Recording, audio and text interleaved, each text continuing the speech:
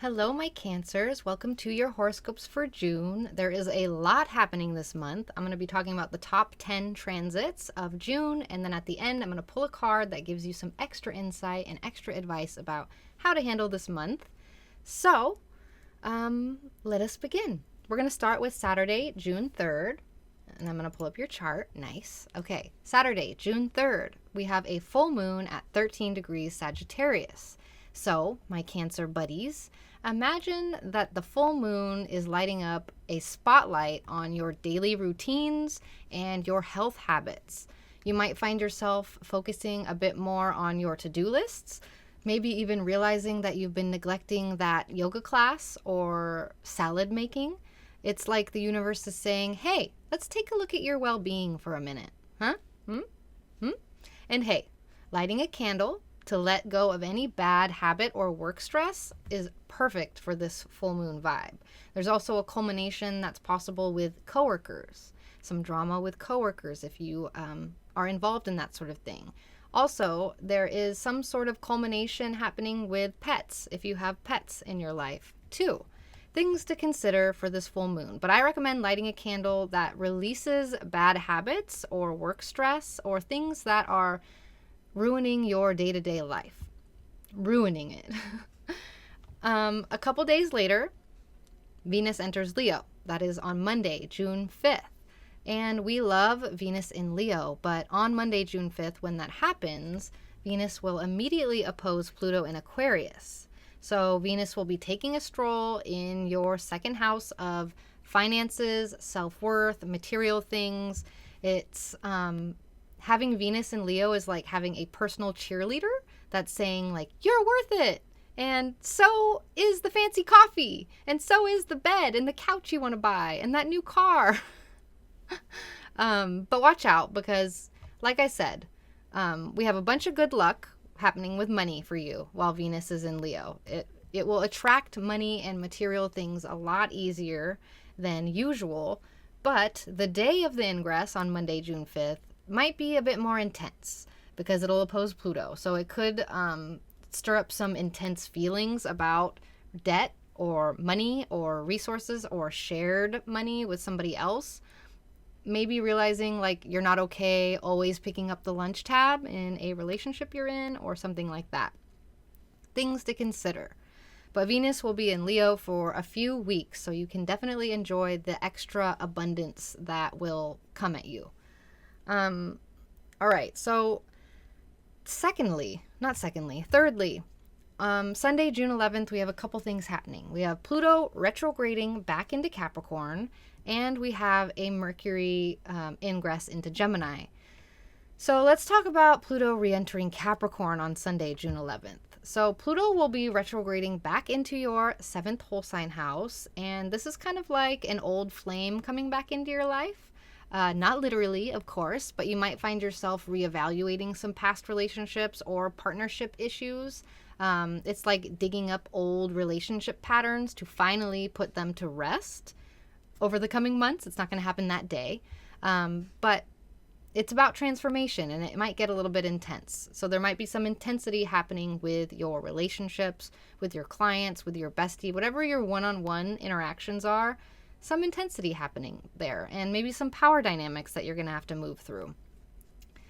The same day, Sunday, June 11th, we also have Mercury entering Gemini. So Mercury will be entering your 12th whole sign house, and this is like your mind wanting a deep dive into the ocean of your subconscious. And you might find yourself daydreaming a lot more with Mercury here for the next couple weeks, or having some pretty crazy, wild dreams at night. It's like your brain is speaking the language of symbols and intuition a lot more than logic with Mercury in Gemini. You might even get some own insights about your own mind that might surprise you. So this is a good time for inner exploration or traveling solo, traveling far from home, but it's about gaining new insight that you wouldn't normally see. And pretty fun for the Cancers, right? So about a week later, we have a new moon in Gemini. So That's Saturday, June 17th. We have a new moon at 26 degrees Gemini. And this is a new moon in your 12th whole sign house, which is a very, very mystical energy. It's like the universe is giving you a blank canvas to paint your spiritual goals and your inner dreams on. It's a great time to light a candle, to set intentions about letting go. I don't know about letting go. It's a great time to light a candle, to set intentions about tapping into your intuition and connecting deeper with the unseen parts of your life. It's all about your subconscious. It's all about the things that are running in the background of your life. You're going to be planting a seed with those types of things, the unseen things. I would light a candle, if I were you, with the intention to manifest a deeper connection with my highest self, or with a particular guide that helps me in life, or just to connect with your intuition if you're not that deep. It's also a great time to realize you need therapy, or you need a mentorship, or you need guidance in some kind. Okay, the same day too. So Saturday, June 17th, there's the new moon, and also Saturn stations retrograde at 7 degrees Pisces. And when Saturn hits the brakes and stations retrograde, it will be in your 9th whole sign house. And this is a cosmic pause button on all your big plans for travel or higher learning. You might feel like you're hitting a roadblock in your quest for wisdom. You might feel a little bit slowed down in some sense, but don't stress, because this is all a part of Saturn's way. And it's all about rethinking and redefining those big ideas, those big plans. It's not a stop, it's just a slowdown. So it's like, just pulling the reins, taking it easy, double check your stuff, make sure you're on the path you want to be on, in the way you want to be on it. I'm not saying this is some big change that's happening, but, a recalibration, a dialing in of what's going on for you, having to do with your education or your travel plans, or philosophies you're involved with, and spirituality or religion. A couple days later, Cancer season begins, which we love. That's Wednesday, June 21st. The sun will be moving into your first house, and this is like stepping out into the spotlight where everybody's eyes are on you. This is your time to shine. You might feel a lot more confident, a lot more energetic, ready to take on the world.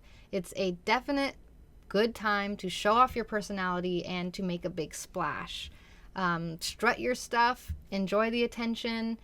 You'll be a lot more captivating, a lot more seen with the sun in Cancer.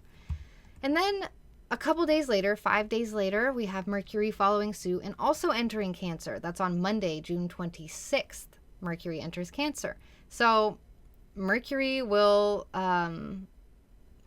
entering your first whole sign house is basically like your words and your thoughts are on supercharge.